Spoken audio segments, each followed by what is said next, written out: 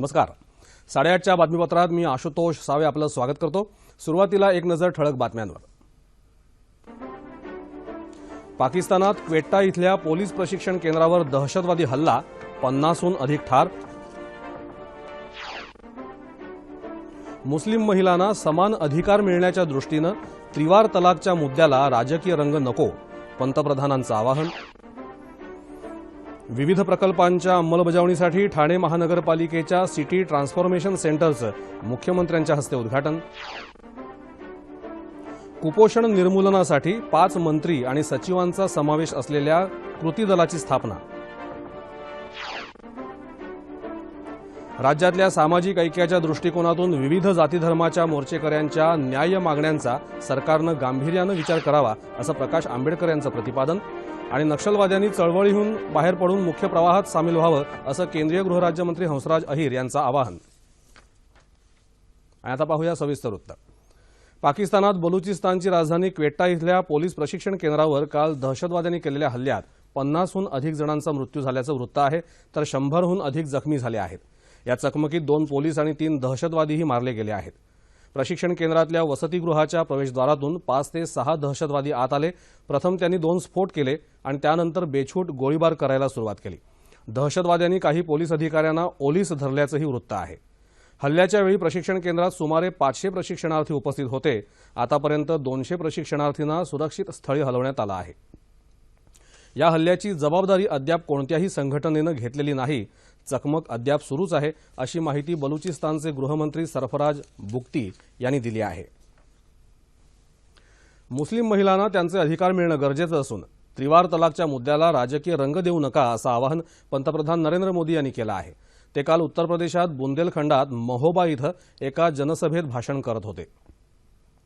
मुस्लिम महिलांना त्यांचा हक्क मिळवून देणं हे सरकारचं कर्तव्य आहे, असं सांगत मुस्लिम सुधारकांनी यावर चर्चा करायला हवी, असंही ते म्हणाले.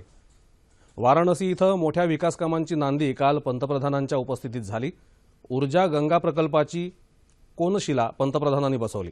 वाराणसीत अंदाजे 13,000 कोटी रुपयांच्या नैसर्गिक वायुवाहिनी प्रकल्पाची सुरुवातही पंतप्रधानांच्या हस्ते काल झाली. मंत्रालयात निर्माण करण्यात आलेल्या सीएम वॉर रूमच्या धर्तीवर विविध प्रकल्पांचं नियोजन आणि अंमलबजावणी करण्यासाठी ठाणे महानगरपालिकेच्या वतीनं तयार करण्यात आलेल्या सिटी ट्रान्सफॉर्मेशन सेंटरचं उद्घाटन मुख्यमंत्री देवेंद्र फडणवीस यांच्या हस्ते काल झालं. ठाणे महानगरपालिकेच्या वतीनं स्मार्ट सिटी अभियानाअंतर्गत विकासाचे विविध 110 महत्वाकांक्षी प्रकल्प राबवण्यात येणार आहेत. यात शैक्षणिक, ऊर्जा संवर्धन, अग्निशमन, उद्यान, आरोग्य, माहिती तंत्रज्ञान अशा विविध प्रकल्पांचा समावेश आहे. या प्रकल्पांचं प्रभावी नियोजन आणि त्याची अंमलबजावणी करण्यासाठी आयुक्त संजीव जयस्वाल यांच्या थेट नियंत्रणाखाली सिटी सेंटर निर्माण करण्यात आलं आहे. अतिरिक्त आयुक्त सुनील चव्हाण हे या सेंटरचे कार्यकारी प्रमुख आहेत. मुख्यमंत्र्यांनी काल या सेंटरची पाहणी केली, तसंच या सेंटरमध्ये कशाप्रकारे काम चालतं हेही पाहिलं. अतिरिक्त आयुक्त सुनील चव्हाण, अतिरिक्त आयुक्त अशोक कुमार रणखाम, महापौर संजय मोरे, पालकमंत्री एकनाथ शिंदे यावेळी उपस्थित होते. किमान वेतन अधिनियमाअंतर्गत कामगारांचं किमान वेतन न देणाऱ्यांवर कायदेशीर कारवाई केली जाईल, असं कामगार मंत्री संभाजी पाटील निलंगेकर यांनी सांगितलं. मुंबई, नाशिक आणि ठाणे महानगरपालिकेत काम करणाऱ्या सफाई कर्मचाऱ्यांची संख्या जवळपास 8,000 इतकी आहे. 2 महिन्यांपूर्वी कामगार संघटनेबरोबर झालेल्या समन्वय बैठकीत कामगारांना किमान वेतन मिळेल, तसंच दिवाळीपूर्वी 20 महिन्यांची थकबाकी मिळेल, अशी भूमिका कामगार मंत्र्यांनी मांडली होती. त्याचवेळी या 3ही महानगरपालिकांनाही याबाबत सूचना दिल्या होत्या. मात्र तरीही अद्याप या 3ही महानगरपालिकांनी कार्यवाही पूर्ण केलेली नाही. तसंच किमान वेतन अधिनियमाअंतर्गत संबंधित कंपनी किंवा महानगरपालिकेकडून 10 पटीनं थकीत वेतन वसूल करण्याची तरतूद आहे. त्यामुळे या 3ही महानगरपालिकांनी थकीत वेतनाची कार्यवाही त्वरित पूर्ण करावी, अन्यथा त्यांना दोषी धरून कायदेशीर कारवाई केली जाईल, असं पाटील निलंगेकर यांनी स्पष्ट केलं. बालविकासासाठी असलेल्या विविध विभागांच्या योजनांचं एकत्रीकरण करून कुपोषणावर मात करण्यासाठी राज्य सरकारनं कृती दल स्थापन केलं आहे, अशी माहिती राज्याचे मुख्य सचिव स्वाधीन क्षत्रिय यांनी दिली. या कृती दलात 5 मंत्री आणि सचिवांचा समावेश आहे. युनिसेफच्या वतीनं मुंबईत आयोजित हवामानातील बदल, वाढतं नागरीकरण या विषयावरील 3 दिवसांच्या चर्चासत्राचं उद्घाटन मुख्य सचिवांच्या हस्ते काल झालं. त्यावेळी ते बोलत होते. राज्याचं पोषक आहार धोरण तयार असल्याचं ते म्हणाले. एकीकडे पालघर जिल्ह्यात कुपोषणाचं प्रमाण आढळून येत असतानाच दुसरीकडे मातामृत्यू आणि बालमृत्यू रोखण्यात महाराष्ट्र देशात अग्रेसर असल्याचं त्यांनी यावेळी नमूद केलं. राज्यातल्या सामाजिक ऐक्याच्या दृष्टिकोनातून विविध जाती धर्माच्या मोर्चेकऱ्यांच्या न्याय्य मागण्यांचा सरकारनं गांभीर्यानं विचार करावा असं मत भारिप बहुजन महासंघाचे अध्यक्ष ॲडव्होकेट प्रकाश आंबेडकर यांनी व्यक्त केलं आहे। 60व्या धम्मचक्र प्रवर्तन दिनानिमित्त वाशिम इथं आयोजित मेळाव्यात ते काल बोलत होते। आज निघत असलेल्या विविध जाती धर्माच्या मोर्चांमध्ये सत्तेत सहभागी असलेले राज्यकर्तेही सहभागी होत असल्याची खंत त्यांनी व्यक्त केली।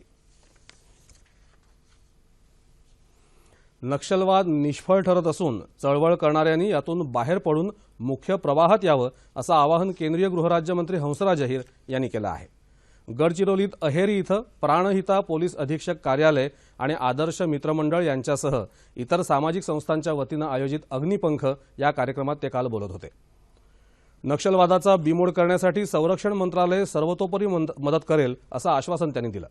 अग्निपंखसारख्या उपक्रमातून नक्षल पीडितांच्या कुटुंबाला रोजगार निर्मिती करण्याच्या दृष्टिकोनातून केलेली मदत अधिक मोलाची आहे असं अहिर म्हणाले।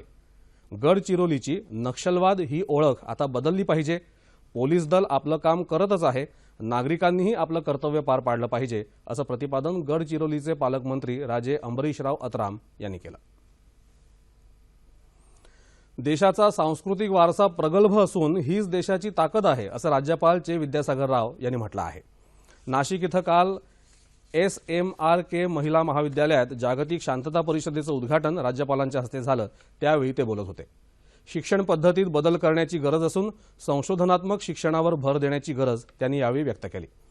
महिलांना अध्यापन, संशोधन आणि प्रशासनात अधिक स्थान दिलं पाहिजे असं राज्यपाल म्हणाले। मागास भागातल्या समाजाची विपन्नावस्था दूर करण्यासाठी कौशल्याधिष्ठित शिक्षणाची आवश्यकता असल्याचं त्यांनी सांगितलं। कार्यक्रमात अणुशास्त्रज्ञ अनिल काकोडकर यांचा शिक्षणतज्ञ MS गोसावी यांच्या नावे पुरस्कार देऊन गौरव करण्यात आला। 2016-17 या कापूस हंगामासाठी कापूस सल्लागार मंडळाची पहिली बैठक काल मुंबईत झाली। केंद्रीय वस्त्रोद्योग आयुक्त कविता गुप्ता बैठकीच्या अध्यक्षस्थानी होत्या। केंद्र तसंच राज्यांचे प्रतिनिधी, वस्त्रोद्योग, कापूस व्यापार, जिनिंग अशा क्षेत्रांचे प्रतिनिधी बैठकीला उपस्थित होते। या बैठकीत कापसाचं राज्यस्तरीय क्षेत्र, उत्पादन, आयात निर्यात तसंच कापसाच्या वापराबाबत चर्चा झाली।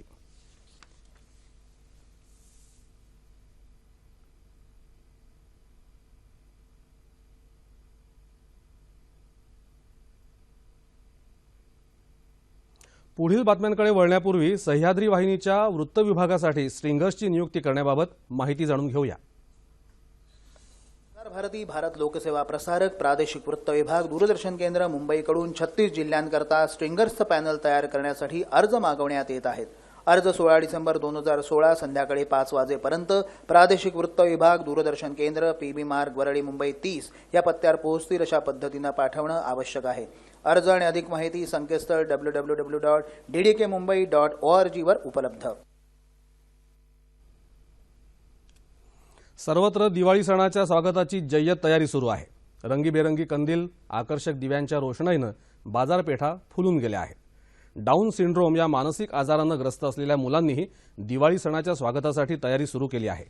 ओम क्रिएशन ट्रस्ट या सामाजिक संस्थेत ही मुलं दिवाळीसाठी खास चॉकलेट्स आणि मातीचे दिवे तयार करत आहेत।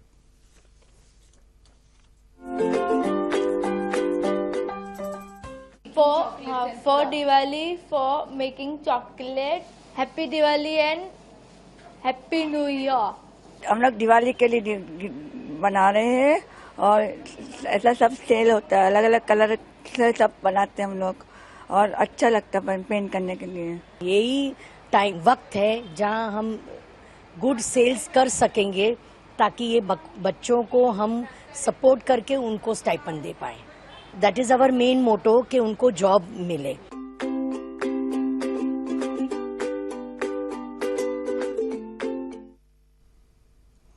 दिवाळी आली की घरोघरी साफसफाईला सुरुवात होते। लखलखीत स्वच्छ झालेल्या घरात दीपपूजन करून लक्ष्मीचं स्वागत केलं जातं। म्हणूनच घराघरातली जळमटं, अस्वच्छता दूर करणाऱ्या केरसुणीला या दिवशी लक्ष्मीचं स्थान दिलं जातं। ही लक्ष्मीरूपी केरसुणी कशी तयार होते आणि आपल्या घरात कशी येते याचा हा वृत्तांत। आपल्याला स्वच्छता करण्यासाठी जी केरसुणी लागते ती शिंदीच्या किंवा खजुराच्या झाडाच्या पानापासून केली जाते। पिढ्यानपिढ्या मातंग समाजाचे लोक हे काम करतात। यांना शिराया असंही म्हणतात। महाराष्ट्रात धुळे, नंदुरबार तसंच मध्य प्रदेशातून शिंदीची पानं किंवा तयार केलेल्या केरसुण्या विक्रीसाठी येतात। याची होलसेल भावात किंमत नाशिकमध्ये 40 ते 50 रुपये आहे. केरसुणी विक्रीच्या व्यवसायात प्रामुख्याने महिलांचा सहभाग असतो. दर दिवशी एका दिवसात जागेवर बसून किमान 20 ते 50 नगापर्यंत विक्री होते. विक्रेत्याला दर दिवशी 200 ते 500 रुपये मिळतात.